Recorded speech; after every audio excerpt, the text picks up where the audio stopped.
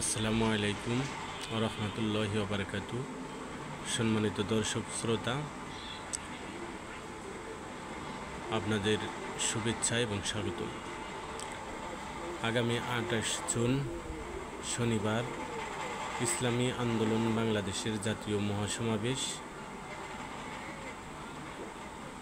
স্মরণকালের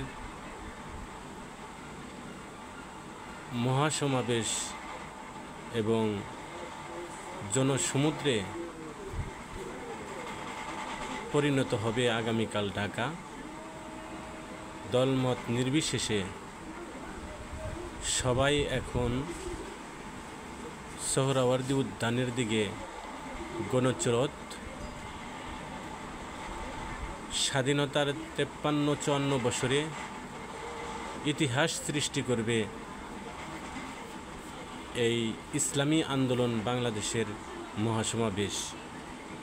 এই সমাবেশে আপনারা সবাই আমন্ত্রিত, এবং যারা যাবেন তারা তো যাবেনই, আর যারা যাইতে পারবেন না তারা দোয়া এবং শুভকামনা করবেন যাতে সমাবেশ সফল হয়। স্মরণকালের ইতিহাসের সর্বশ্রেষ্ঠ জনসমুদ্রে পরিণত হবে। যারা পিয়ার পদ্ধতিতে নির্বাচন চায় এবং বিচার ও সংস্কার চায়, এই রকম যত দল আছে, জামাত, এনসিপি,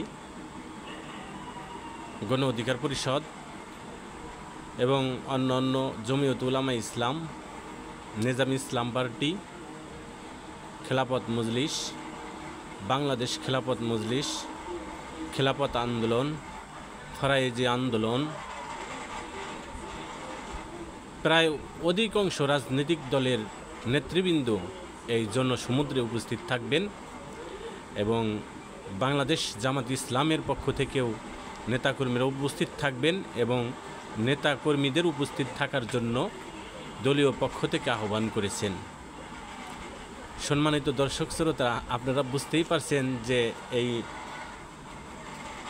সমাবেশ কত বড় হবে, এর পরিধি কত হবে, এবং জনসমুদ্রে পরিণত হবে ইনশাআল্লাহ। সমাবেশের মূল স্লোগান এখন একটাই হয়েছে। সমাবেশের আগের দিনই তোলপাড়, আজকে থেকেই গণস্রোত সোহরাওয়ার্দী উদ্যানের দিকে গণস্রোত ছুটছে। সবার মুখে স্লোগান উঠছে, ইসলাম প্রিয় তৌহিদি জনতা এক, জামাত চরমনাই ভাই ভাই, চলো আমরা জাতীয় সমাবেশ সফল করি। সম্মানিত দর্শক ও শ্রোতারা, আগামীকাল ইনশাল্লাহ আমরা একটা দিন দেখতে পাব, যেদিন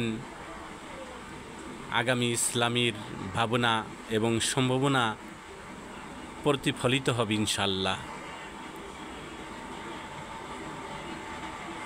ইসলামকে ক্ষমতায় নেওয়ার যে সুযোগ আগামীকালের সমাবেশ ইনশাল্লাহ প্রমাণ হবে যে ইসলামের পক্ষে গণজোয়ার, ইসলামের দিকে মানুষের গণস্রোত। বাংলাদেশের মানুষ, জনগণ ইসলামকে ক্ষমতায় দেখতে চায়। সেই অপেক্ষায় দাঁড়িয়ে, সেই অপেক্ষার দ্বার প্রান্তে বাংলাদেশ এখন। আসসালামু আলাইকুম ওয়া রাহমাতুল্লাহি ওয়া বারাকাতুহু।